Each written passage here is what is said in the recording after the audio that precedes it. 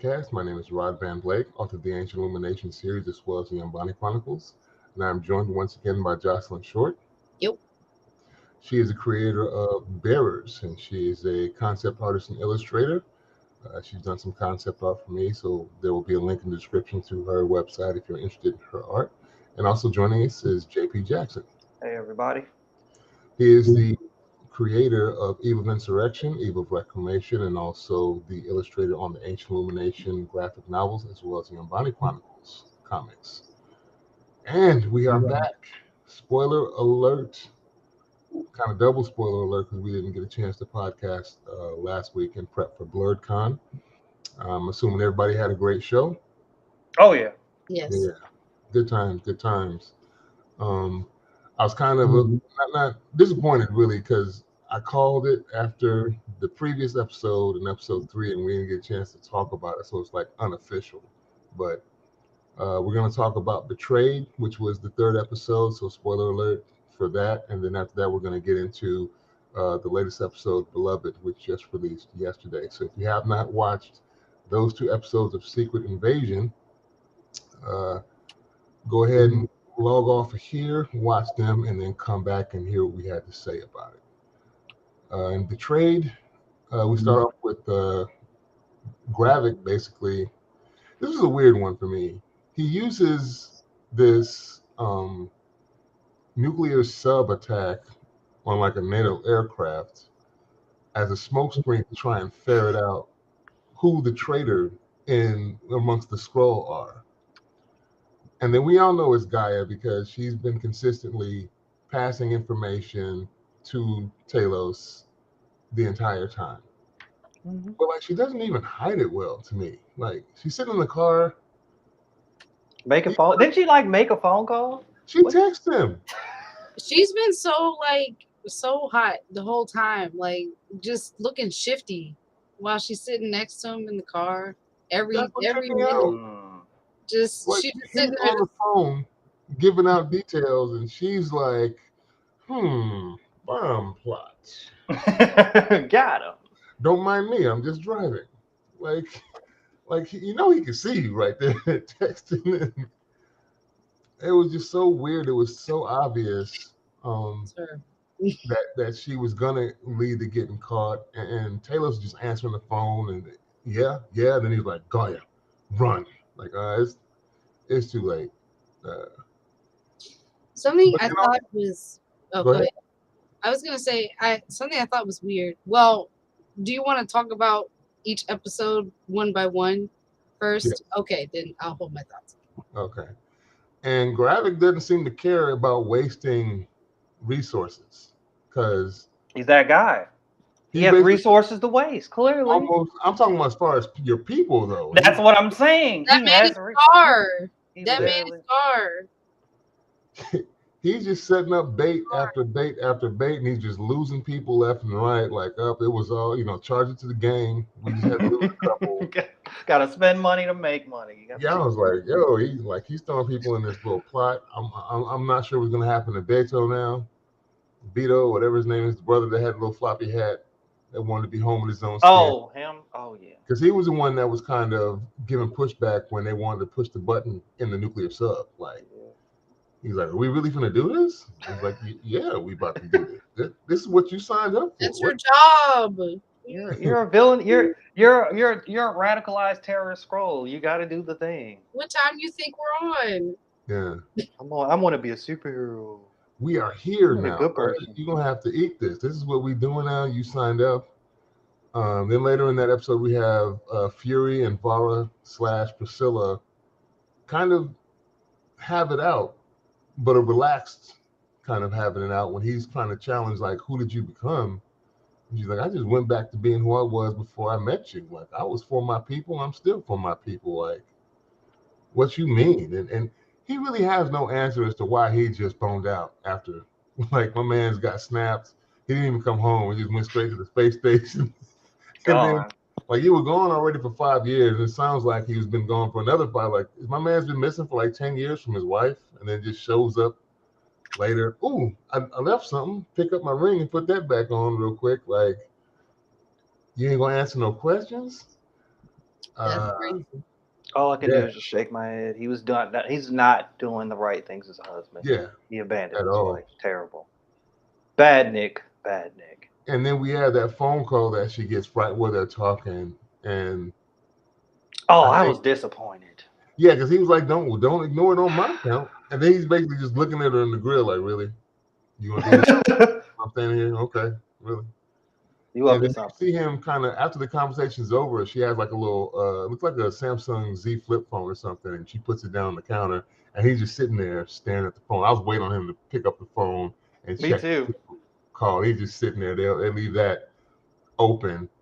Um, and kind of at the end of this episode, we can talk about things in more detail after I say this, but to me, this is where Rhodey was revealed to be the Skrull. When he calls Vara, and then she ends up going to the safe to get the gun, and she's being told to meet at this St.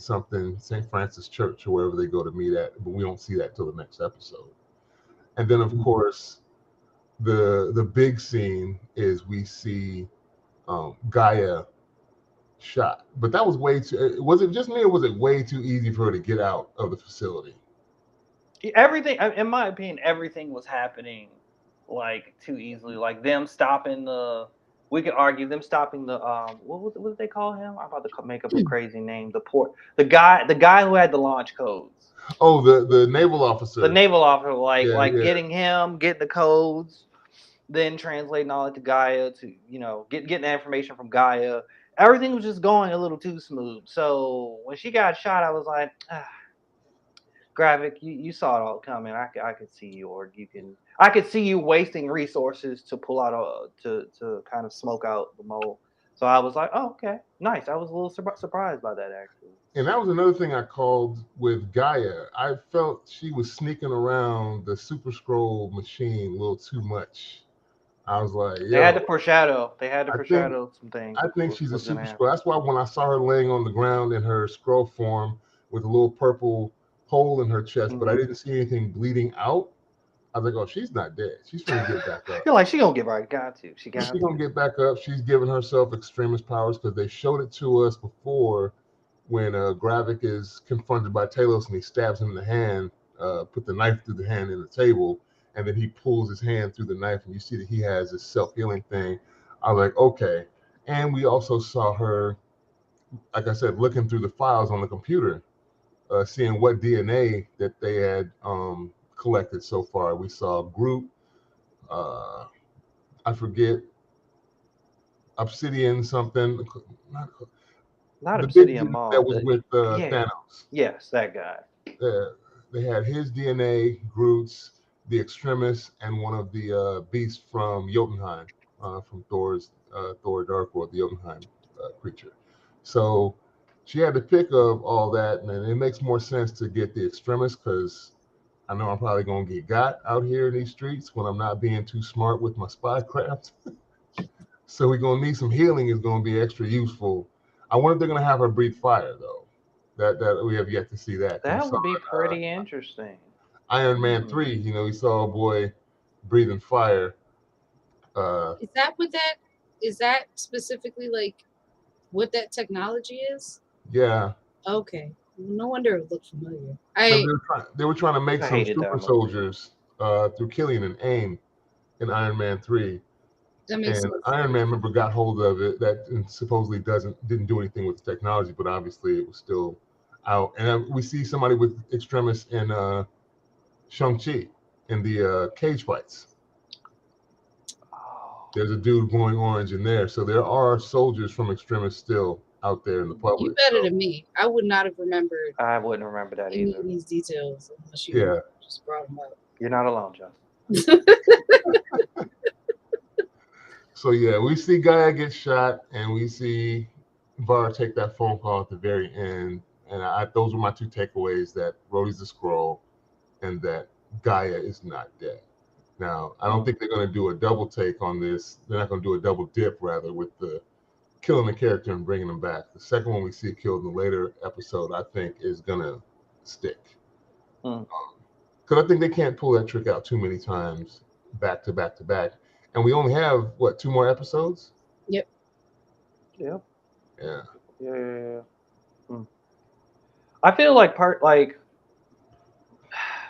haven't watched the third episode. That episode that was episode 3, right? Yeah, Betrayed Betrayed. was. Watching that twice, I was a little like I like didn't the first go around I didn't pay attention to the phone calls that much, and then the second go around I was like, oh, that's Don Cheadle's voice. I'm like, oh, this kind of gives it away. Like I'm Yeah. like it's a little too like it was too obvious. Like I I like how they did it the first time where she answers the phone, and because we're in Nick Fury's perspective, we're You don't not hear the hearing the voice. phone call. We don't hear the voice, but because we're in Vara's perspective, we're not hearing the voice, which ultimately gives away like a very important reveal. I'm like, come on, like Yeah. I was like that could have been a little more subtle, and it was also some very interesting moments, like conversations with Talos and Nick. There was something that car ride to the naval officer's house.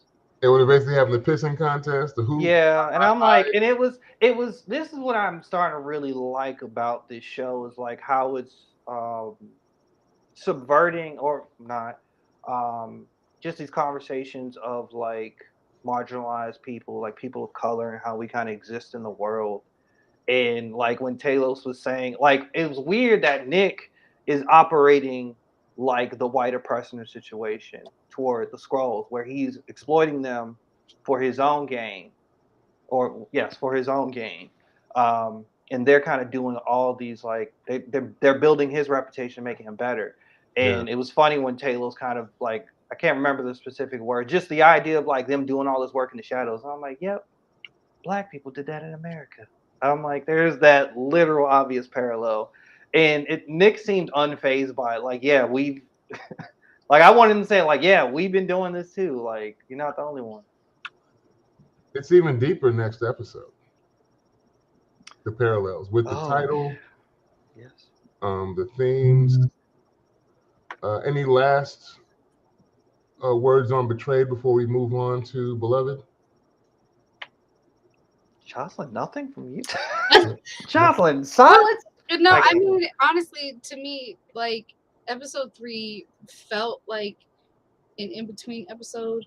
Like mm, it definitely felt like, all right, we just need to see this stuff happen to get to the key stuff that is meant to happen in like the next episode. Yeah. So, like, and also my thoughts are just kind of, I agree with a lot of what you guys are saying. I feel like Guy is just being so hot just the whole time. And honestly, I feel like I don't understand how, like, what's the main dude's name? The main bad. Gravik? Yeah, Gravik. I don't understand why he didn't see it sooner. Like, I just kind of feel like he should have had like more security watching her or something. I don't know. Like, maybe that's hot. I'm sure that. Well, he did question her. he knew something was up. He knew something was up because she was like, dude wasn't as, because she tried to pin it on a boy that they killed. Like, he wasn't as strong as you thought he was. Oh yeah. Okay. All Because right. that's when he was like, only 2 or 3 of us knew the location of the safe house. So how did that happen? And she was like, Gotcha. Okay. That part. Yeah. I was half paying attention. So Yeah. fair enough. But okay. All right. Fair. Got it. Yeah. Got it. The funny part too was the whole thing with Talos basically being like, "We made you, like your whole spot, you was a desk jockey until we came into the picture, and then all of a sudden you had a rise to stardom on our backs, and now you want to complain about stuff." And they were just going like they were going back and forth in that car ride on the way to try and stop, get the launch codes. Oppression Olympics. That's what that was. I got it. That was Yeah. Oppression Olympics. It's very interesting, like the whole kind of layers of commentary on colonization, like just basically kind of what you guys are saying about how like Nick Fury is kind of using the scrolls, but also as a black man historically has been used that way, like it's just it's very interesting. That's Yeah. It gets deeper. Let's get into Beloved, the second episode that we're discussing today. And the parallels are even deeper when we get to Beloved because we're introduced to this idea with Priscilla and this book of poetry that she reads to Nick Fury. But also, I think it's a parallel to the oppression of slaves because, there's a Toni Morrison book and movie called Beloved. Yeah. Which we read that book just a side note, we read that book in high school. It was very intense. Not only that, I don't know if you guys noticed, but in the church scene where Brody and Priscilla meet, and he says, "Enjoy this concert," the choir is singing an Old Negro spiritual in there. So it's a whole bunch of levels to that. And that was it. Now I'm upset. Now I'm angry. Like, now I'm upset about that. Oh my God. We're gonna have to pause the podcast. I have to process this. This is wild. This is wild. Wait. Okay. All right. So, can we just? Okay. All right. I feel like I need to. Out of control. All right. So. Okay. So, did anybody feel like Don Cheadle was talking? I mean, Rhodey was talking crazy, like throughout this entire episode, although we clearly know what's happening. Well, the whole thing was crazy with him. I think I talked to you offline when I was like, after that last interaction between him and Nick Fury, I had to go back and think about his interaction with Sam Wilson in Falcon and Winter Soldier when he's talking about, Cap gave you the shield and you need to be now the face of America. It would be a big thing basically for our people. Like, how could you just give this shield up to the museum when obviously he gave it to you for a reason? For him to go from that to, I'm not going to help a brother out in a time of need. Right. The thing is though, now I'm stressed because like, how long has Rhodey been a Skrull? And then like, where's Rhodey? Like, where's the real Rhodey? Like, where are they keeping him at? Like, don't know. But yeah, we open up with my notes. I said, of course she's not dead. So we have we wake up Gaia. She sits up, and of course the glowing chest, and she's got the extremist, as I thought. Yep. And then they show us. They show it to us. Flashback of her stealing the memories from the scientist lady, and going in and actually putting herself in the Super Skrull machine. And of course, she's got extremist now. So she's back. I'm like, okay, I knew this was coming. And then we have the scene I was just talking about or alluding to, where Vara meets with Rhodey at the church, and my boy Rhodey, spoiler alert, is basically putting the hit out on Nick Fury. That was wild. I'm still kind of stuck on you pointing out the Negro spiritual. Like I'm never gonna be able to show you that. I literally wasn't. I'm so irritated by this. Like, and then that's kind of trifling. Like, now that we know, because it's like layers. No, because it's go ahead, John. Now it's like layers of like I know there's Skrulls and us they do, but now I just feel like there's layers of black cosplay, and I'm like, what's happening? What's going on? What? Don Cheadle's a minstrel. Like it's like. And then like not layers of like Coonism. Is this what this is? Is this? Yeah. It's that, and then making fun of Coonin. Yeah. Okay. Oh we need to gather ourselves. I'm irritated. I'm irritated. Oh, I need that scrolling. If you think of Toni Morrison's Beloved, remember that was about the people in slavery and the spirits of those people that had died in the past kind of haunting them in the book and that whole story. So I don't know what perspective we're supposed to have that parallel to. Is it going to be the Skrulls in this instance, or is it like we said, the black folks that, because Nick Fury is basically being betrayed by who he thinks is his own in this grand scheme of things when he's trying to make things right, and he's at least admitted that he's made mistakes along the way. Ultimately, so it's multiple beloveds here. Ultimately, I just feel like it's disrespect. Like, fuck y'all and your black bodies. That's how I feel. Yeah, that's exactly how I feel. So I'm like, it's like, oh man, Rhodey, you gotta die. Skrull Rhodey, you have to die. Yeah. And I had so with the poem, during this episode, like, Nick and Var meet up for dinner. In the past, it was 2012.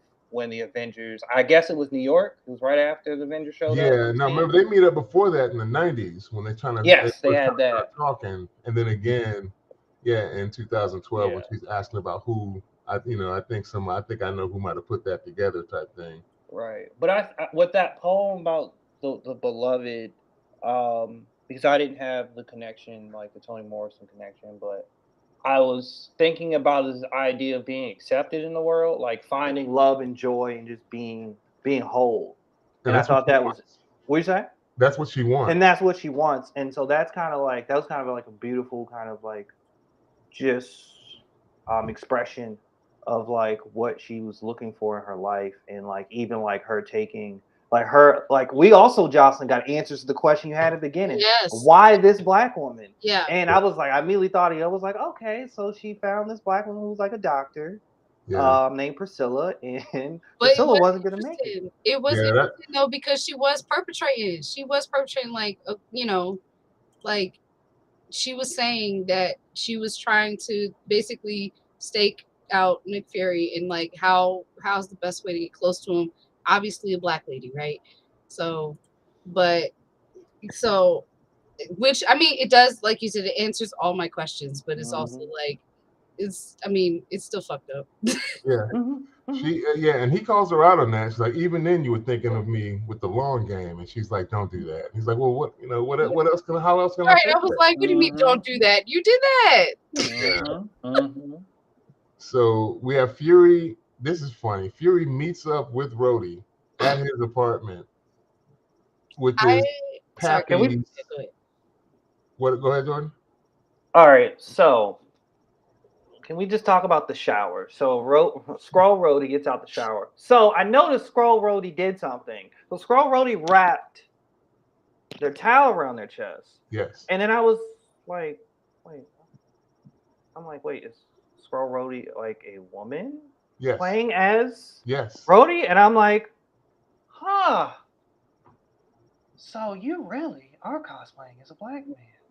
You chose the cosplay. And if you look at the really? Yeah, and if you look at the credits, it's a female Skrull. I forget her name starts with the R, but she is a known character from Secret Wars and the comics.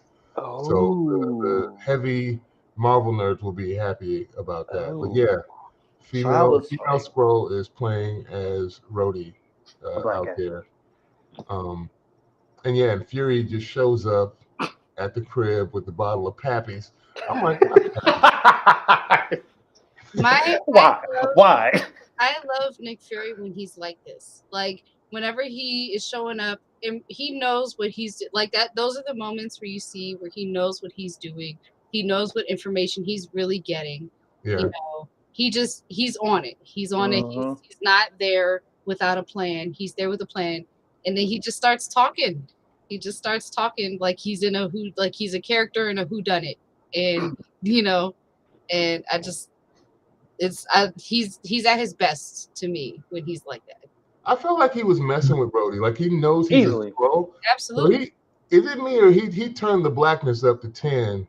Absolutely. Ooh, talking about ancestors grabbing him from the grave. He wasted that. That's a good point. And see, now I feel like I have to go look up the history of that bottle because it's probably significant, even more so.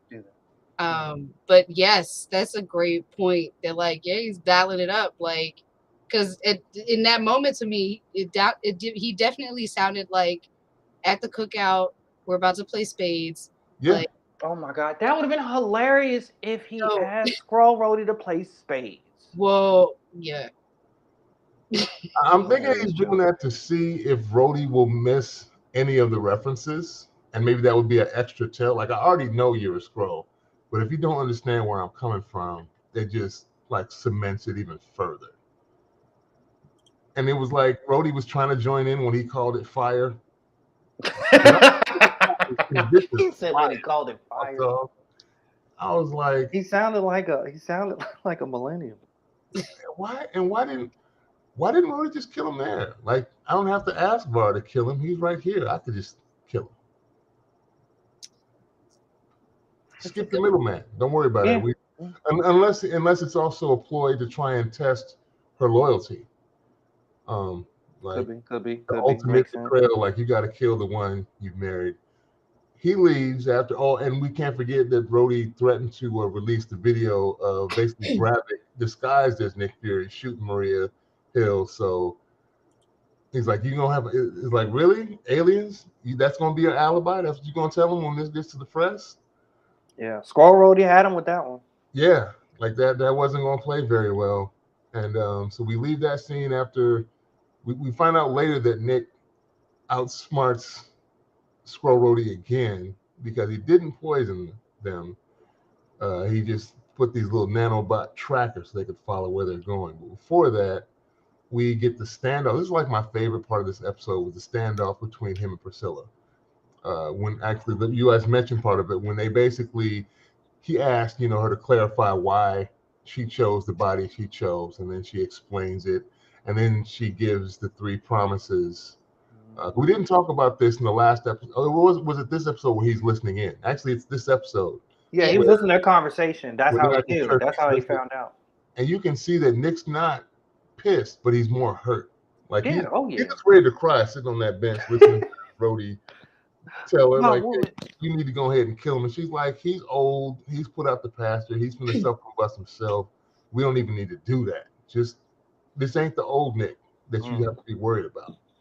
He's going to go out the pasture on his own. And he's like, I hear you telling me what you're not going to do.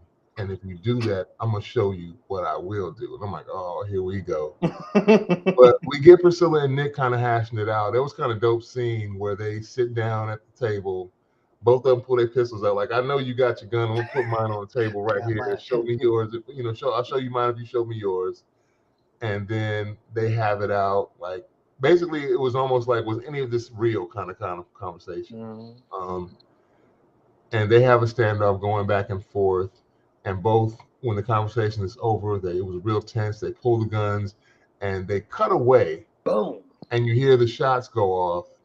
And then when they go back, both of them are still, which was kind of cool. It was a really cool scene to me because neither of them shot each other. Both of them. That was love right there. And that's what made me really happy. I mean, look at these people. They love each other. Like, I don't know if this means we're filing for divorce or whether we should renew our vows. They're renewing them vows. I was like, let's go.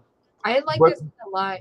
It felt like Kill Bill. Like, I don't know if y'all seen the end of Kill Bill too, but it exactly that. Yeah, The scene with Uma Thurman and David Carradine sitting at the end. Yep. 2 former lovers confronting each other on this like revenge track. Yep. That was exactly what that was. But there was a real poignant moment when basically Priscilla asked, if I'd never changed, if I had shown you my true self the entire time, would you have fallen in love? And Nick kind of bows out because he doesn't answer, but he does. Because he's like, he just turns around and is like, I guess we'll never find out. But he doesn't say like yes or no, but in a way that to me is telling me no. Like, he wouldn't have accepted the green booty. Yeah, I felt the same way. To be honest with you, I felt the exact same way. I'm like, that wasn't a real answer to me. That wasn't it wasn't direct enough. I'm like, no, I don't think so. Yeah, he wasn't. I mean, I feel like it's fair to be like, I don't know, like, I don't know if I would. Like, but he met her when she was green. But also, and then see, there's a couple of things to that, because if he met her when, if she was green, but like, the reason he fell in love with her because she's a black lady, and then that assumes that she has all the things that come with being a black lady. And so if she's just this green lady, but somehow like, is herself with what context, like. But that would have actually been more of an answer. If he said, I don't know, that's still more of an answer than I guess we'll never find out. And at first it was just pure silence as he kind of walks away. And only at the last moment, like you see him kind of thinking, he stops, turns around, and then like, well, I guess we'll never find out, and walks up. I mean, it's kind of funny because to me, it's kind of like, I don't know, is that a question you really want to answer to? Do you really want to know the truth? Yeah, like, is that? Are you sure you want to ask that? Good point. Go. Yeah. I don't See, know. Go ahead. No, because I mean, like, yeah, just like, are you sure that's a thing you want to, like, what would, really, what would that look like? I feel like that's a question you need to think about a lot before you ask, and I feel like she didn't think about it. Because I feel like, I know, She just right? asked. She's Yeah, just like, I'm saying like, what's on my mind. right, and I'm like, I guess, you built for tough for that answer? So...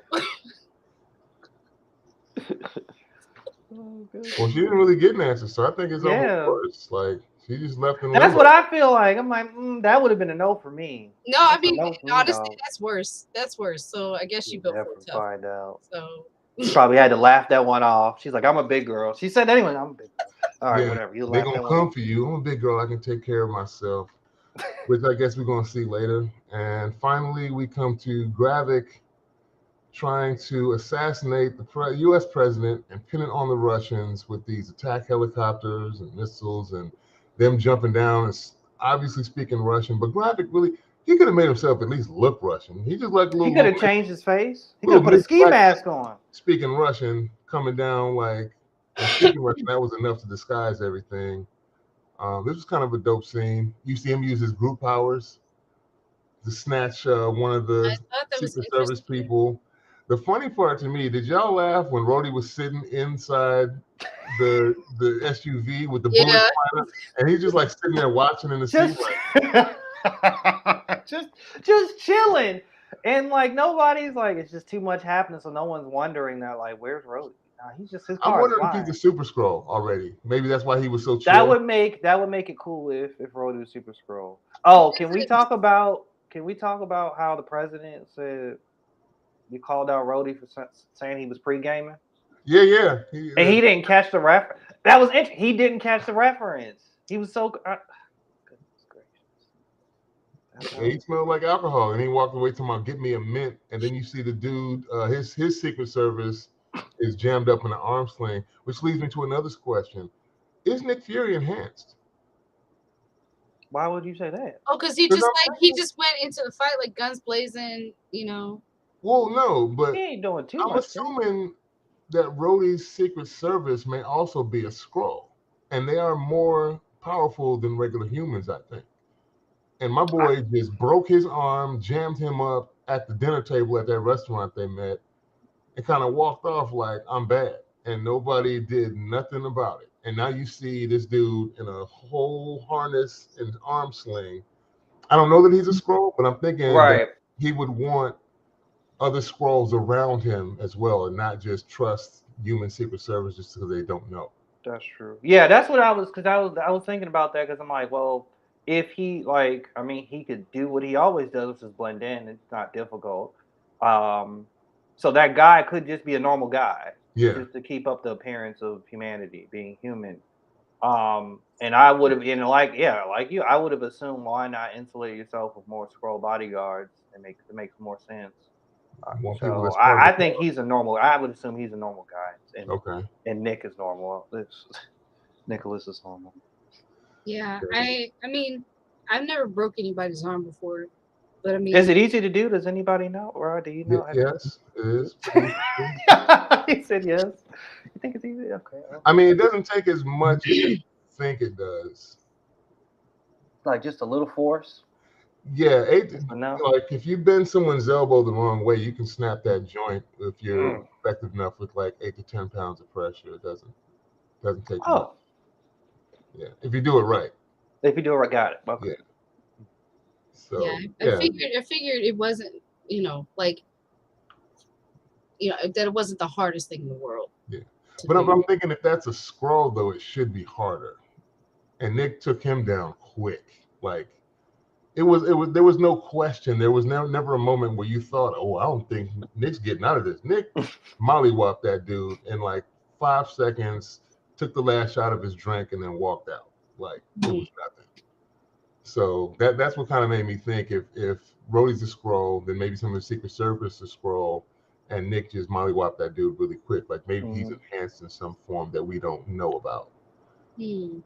Plus, he takes a licking and keeps on ticking. All these battles and stuff and scrapes, he something's going on, or he's the luckiest man around and he just keeps surviving. I know a lot of that's skill, but he might have had some enhancements, some performance enhancing drugs might have helped him with his survival, I think. So yeah, we have this scene with the attack. What do you guys think about the attack scene with the missiles hitting the motorcade? So personally, I enjoyed a lot of that scene. Like just the visual effects of action, like them taking out the kind of Secret Service people taking out using that like one truck to like pull out a rocket launcher and shoot one of the helicopters. I was like, whoa, that's what we doing? Yeah, the surface to air missiles. They need more. I was like, they put that right there. All right, let's go. So they knocked that one helicopter out, and then it like landed, crashed, blew up, knocked out other U.S. service agents. Like, ooh, this is intense. This is great. Yes, and the president's vehicle is flipped over, flipped upside down. Rhodey gives him exactly which vehicle to hit. He's making phone calls. That's the other thing that makes me think that his Secret Service are Skrulls. And that's why I would, because those guys would have known that. They should have known that he's on an open line telling them exactly which vehicle to hit. They get into his firefight, and all of a sudden Nick and Talos show up because of the nanobots they put in Rhodey. They just followed him to the attack, and everything starts going crazy. And the Skrulls know Fury because they over Fury's here. And I'm like, okay, Fury's here, so like you just want to do, we don't keep doing what we doing. Why are you telling me take him out? Shoot him. What are we conversing for? You just take Nick Fury out. So that was kind of crazy. Like I said, we see the group powers from Gravik. And I'm also wondering, how many of these dudes do you think are also Super Skrulls? Because a lot of them seem to get downed when the reinforcements. I feel like it's at least like the main dudes who generally are with Gravik. Okay. Like, I imagine it would be. Like, he can't so be. You think Pagan or whatever the hell his name is, his like right hand man who he basically told that guy was the traitor and that he took care of it before they launched the attack. He's like, guy's not here. There's a problem. You know, I don't know. Maybe now that you say that, it makes me think because. Like, maybe Gravik is the only one who's supercharged or whatever, superpowered. Because, like, I feel like if others, like, if his main people alongside him were also supercharged, that they would, like, that guy who was, like, concerned about where Guy was, that he wouldn't be concerned. Like, I feel like he would, like, Gravik probably would have instructed him to do the hit or something. And he wouldn't be worried about it. I feel like people would just be overall less worried. Well, that's why I think Rhodey is one, because like I said, my boy was chilling in the back seat, like that's true. Okay. Bullets flying on both sides, and he's all they needed was he was basically the Michael Jackson meme with popcorn. He's just watching shit pop off, bullets flying left and right, and he's just like, "Ooh, it looks real crazy out there." It's like, he ain't even trying to act like, just watching calmly. Yeah, bullets were flying into the vehicle. You know what?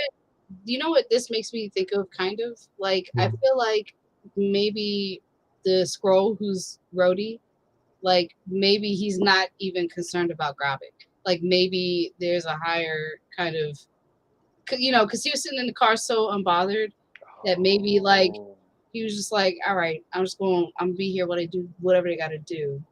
But, like, well, you may know. Yeah. Remember, Gravik in the last episode told the council and showed them the finger. Like, he probably called Gravik. That was Rhodey probably called Gravik. He did. Yeah, that felt obvious. So I was like, all right. Yeah, no. I mean, I knew that, like, he knew what was going on, or she knew. They did. They on this one, y'all. Yeah. So, like, I knew that they knew what was going on, but I'm reaching a little bit by saying this. Like, you know, it's not really verified, but it just makes me think by how unbothered they were. Because, you know, like, maybe that Skrull, you know, like Rhodey Skrull, is just like, all right, well, I'm going to let Gravik do whatever you got to do, you know, planning my plans. So, I don't know. Reinforcements come in. They have a standoff.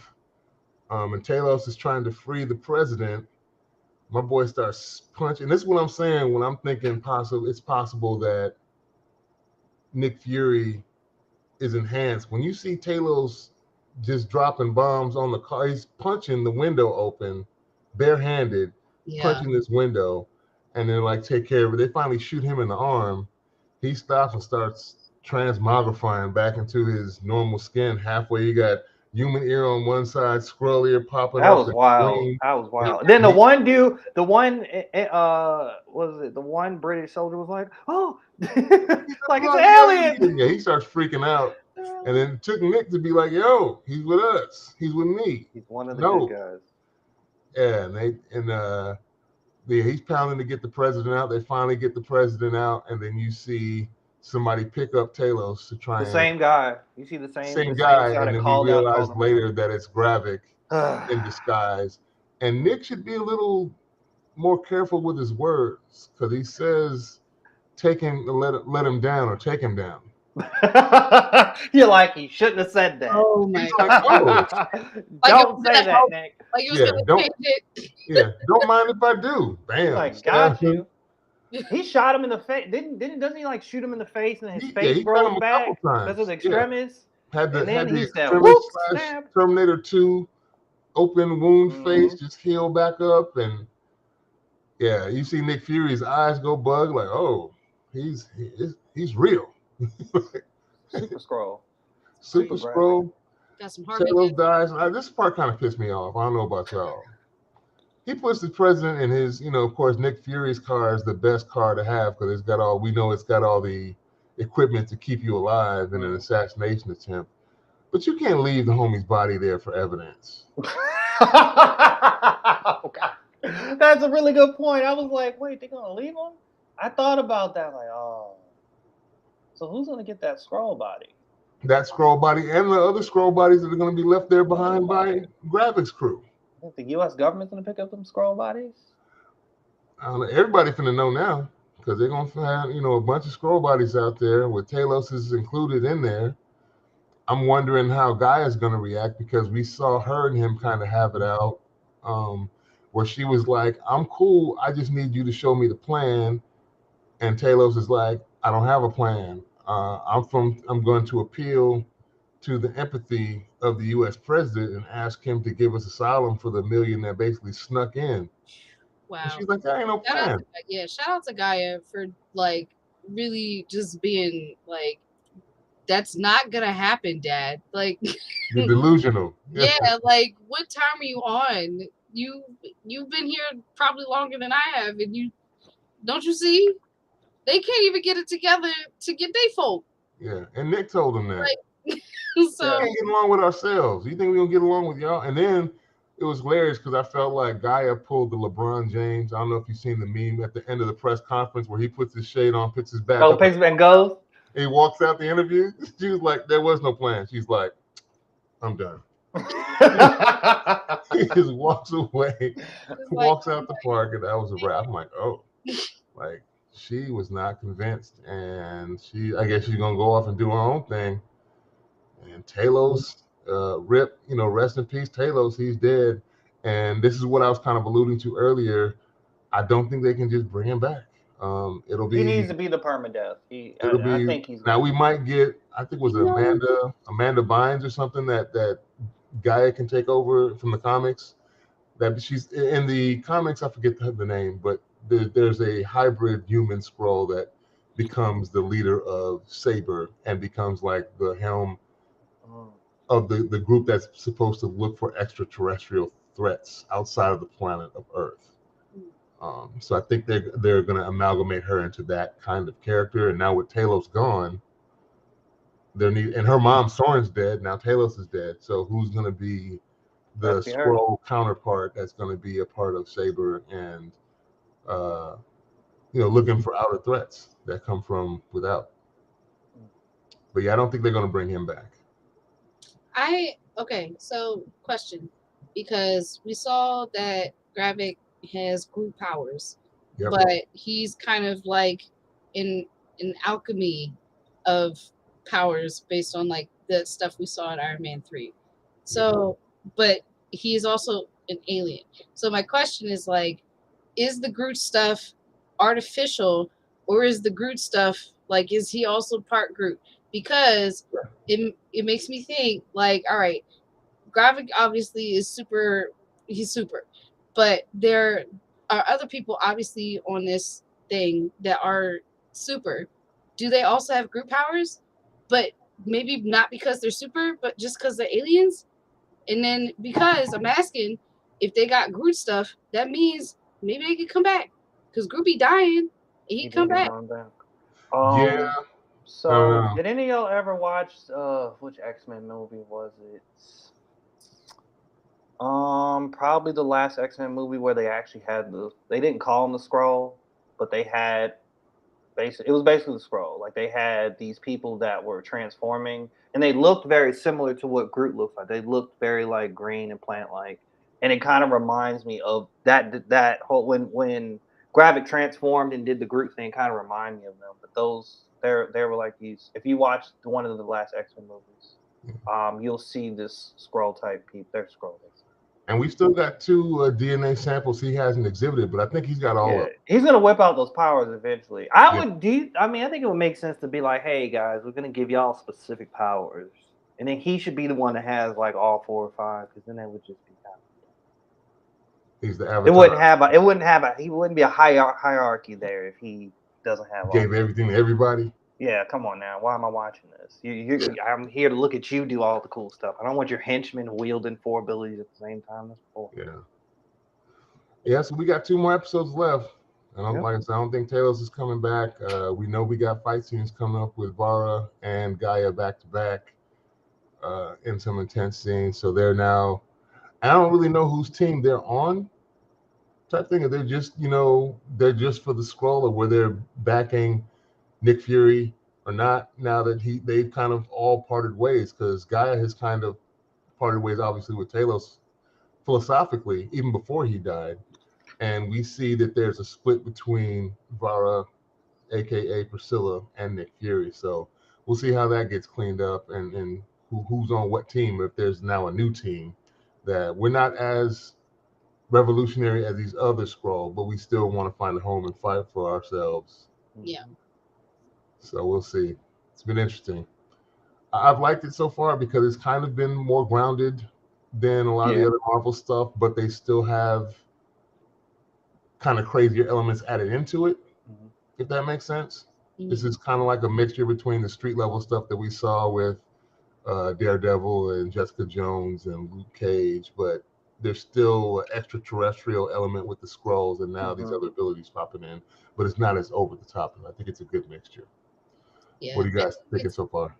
I think it's interesting. Like, I know that like Nick Fury has some Skrulls on his side, but this show, it definitely, at least to me, it feels like he's just out here by himself, just kind of winging it to try to get this together. I mean, and that's interesting, because I guess I feel like that's probably how Nick Fury operates like all the time anyway, but I don't know. I guess he's just thrown because like he hasn't processed the blip. So he's just unmoored. He hasn't healed himself yet from that. Yeah, he's just been so unmoored this whole season so far that he's like on his game sometimes, and then, or at least he'll look like he's on his game, and then he'll go in the corner and just be like, "Fuck." He breathing heavy. Like, what's going on, man? And let's not forget that a lot of what he was able to accomplish was on the word of Talos, and now Talos is gone. So that linchpin of influence with the Skrulls is now gone effectively. And the other linchpin that he had was Gravik, and Gravik's gone to the dark side and totally doesn't, is all the way against him. Talos gone. Gaia is in no man's land, and he's split with Vara. So we gonna see who the real friends are.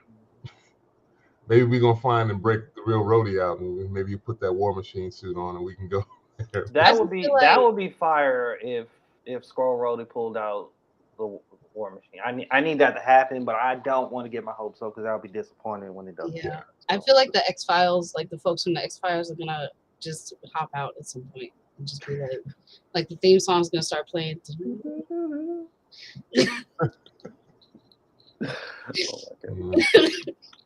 Well, once again, thank you all for chopping it up with me and talking these things over. The one or two lurkers I see that caught us on live, we appreciate you taking the time out of your day to listen to us pontificate on these shows and series.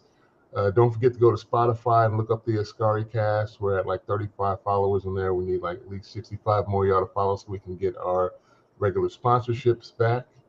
And if you want to help us out now, you can either support the channel. There should be a support button, and go to toughraps.com and get you some workout gear for you health-minded nerds. And Jack's Rider will be the code for a 10% discount, and it will also help the channel out. Appreciate you, and we will talk to y'all next week to see episode 5 of Secret Invasion. Peace out. Peace. Bye.